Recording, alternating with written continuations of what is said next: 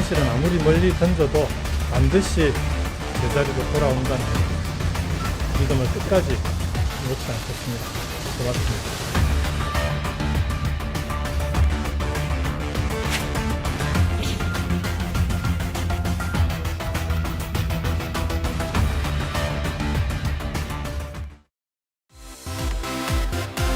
여러분 안녕하십니까. 김경수 전 도지사의 상고심 선고 공판이 지난 수요일 21일에 열렸습니다. 전 도지사라 표현했습니다. 배경은 공직선거법 무죄, 댓글 조작 공모 유죄가 인정됐고 징역 2년이 확정됐습니다. 경상남도는 바로 하병필 행정부지사의 권한 대행 체제로 전환했는데요. 오늘은 김경수 전 도지사의 대법원 판결에 따라 우리 지역 경남에 어떤 영향이 따르게 될지 이에 대해서 이야기 나눠보도록 하겠습니다. 오늘 함께할 세 분 먼저 소개해드리겠습니다. 더불어민주당 경남도당 수석대변인 김지수 경남도 의원, 국민의힘 경남도당 차주목 사무처장, MBC 경남 장현 기자 이 세 분과 함께하겠습니다. 어서 오십시오. 안녕하십니까.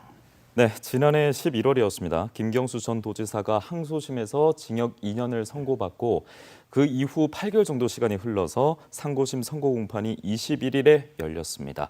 그 대변인께서 그 사실관계를 잘못 말씀하신 것 같은데 그 판결문을 보면 1심부터 2심 대법원 그 줄기차게 유죄가 나와 있습니다. 그 내용을 보면 특검이 제출한 증거만 해도 1333건입니다. 거기에 온라인 접속 기록 그리고 김경수 전 지사와 김동원에 주고받았던 텔레그램 그 메시지 내용 증거는 차고도 넘칩니다. 그래서 재판부는 일관되게 그 컴퓨터를 이용해서 그 포털 사이트의 업무를 방해한 그 죄가 중대하기 때문에 1심 판결은 재질이 아주 불량하다고 이야기했습니다.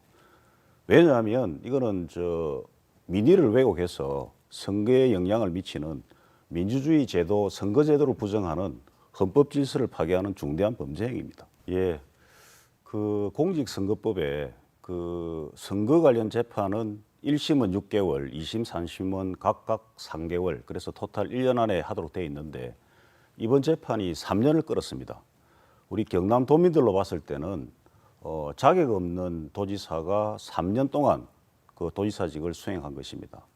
그러면 새로 뽑아야 되는 그런 참정권이 침해된 사항인데 이 보궐선거와 관련된 특례가 있습니다. 1년 미만일 경우에는 안 할 수도 있다고 되어 있는데 이 임의조항입니다. 그러니까 아까 전에 우리 장 기자 말씀하신 대로 경상남도 선거관리위원회가 회의를 열어서 결정할 문제인데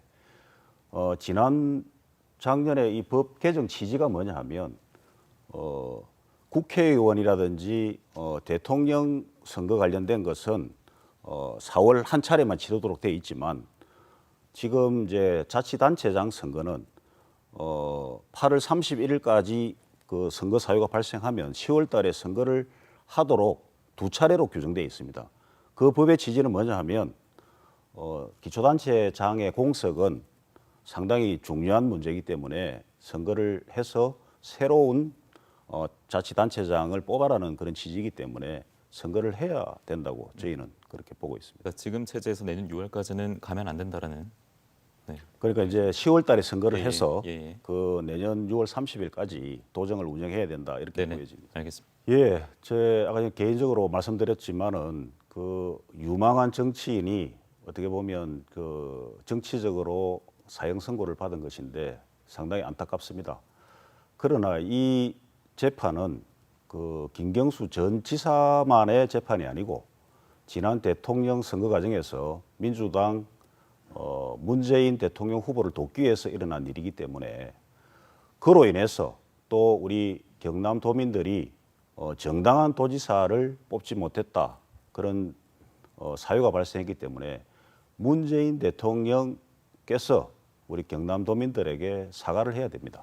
사과를 하고 다시는 이러한 민의를 왜곡하는 이런 그 민주주의의 근간을 흔드는 행위는 없어져야 된다. 그렇게 보여집니다. 그 드루킹이라는 그 단체가 그 1년 운영비가 11억이 들었답니다.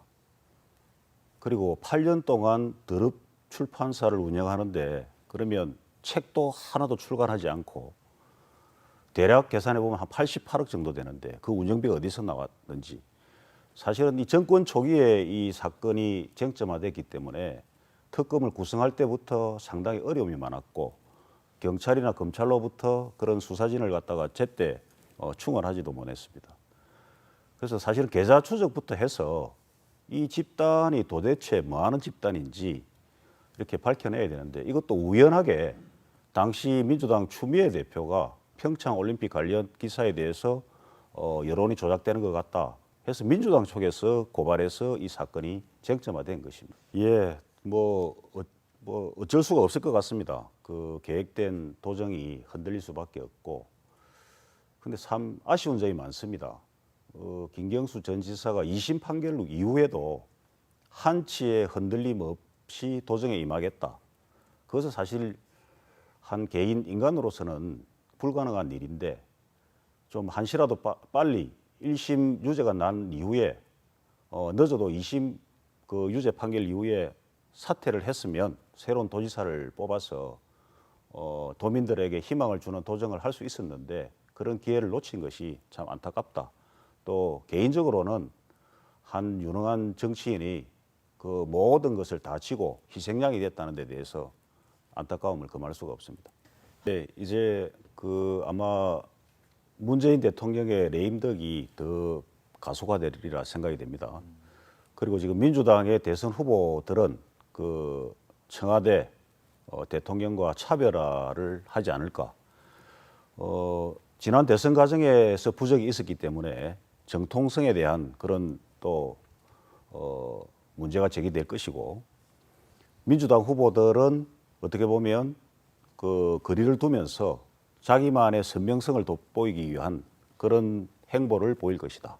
그래서 내년에 지방선거는 인물을 보고 뽑아야 되고 또 정당에서 제대로 된 그런 일꾼을 뽑아야 또 우리 도민들이 선택하지 않을까 이렇게 보여집니다. 예, 사실 애초에 그 출마를 안 했어야 됩니다. 그 김동원 그 드루킹이 옥중에서 편지를 보냈을 때 그 내용이 아주 구체적으로 적시가 됐고 그 당시 출마 회견을 여러 차례 취소하고 또 잠적하고 그랬던 적이 있습니다. 그 말은 본인 스스로도 이 사건이 크게 문제가 될 것을 미리 알고 있었기 때문에 본인이 출마를 주저했는데 민주당에서 집권 초기고 또 사법부를 또 통제할 수 있다. 그런 오만에서 시작된 그런 출마 강행이었습니다. 그래서 지난 3년은 도정의 위기를 극복하는 3년이 아니고 개인의 어떤 재판 위기를 극복하는 3년이었다. 우리 경남도민들에게는 아주 불행한 일이었고 다시는 이런 일이 일어나서 안 된다. 저희 국민의힘은 돈의 다수 국회 의석을 차지하고 있기 때문에 내년도 경상남도 예산에 차질 없이 예산을 갖다가 많이 확보할 것이고 도정도 흔들림 없이 나가도록 당에서 더욱 매진하도록 하겠습니다.